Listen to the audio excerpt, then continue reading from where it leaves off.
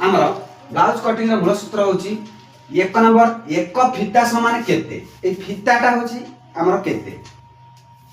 केते फुट एक फीता समान 5 फुट। जो मैंने भी नुआ करी सिले शिखे जाउछन फीता विषय किछि जानि नथिबे मापचुप विषय किछि जानि नथिबे तो प्रथमे फीता मापचुप विषय जानले सिना हम ब्लाउज कटिंग करके जिबा तो हम डायरेक्ट ताको ब्लाउज कटिंग देखेने से केमि शिखिबे सेति पय मु फीता कतरु आरंभ करूछि मेजरमेंट माप विषय जानिमी तापर आपण मापचुप करिवे एवं ताको केमि डिवाइड करिवे आपण माने शिखि पाइबे। तो जदि शिखिबा को चाहउछन ब्लाउज कटिंग सिले तो निश्चित मो चैनल को सब्सक्राइब कर रखंतु एवं सब्सक्राइब करबा सहित ऑल नोटिफिकेशन को ऑन करे रखंतु।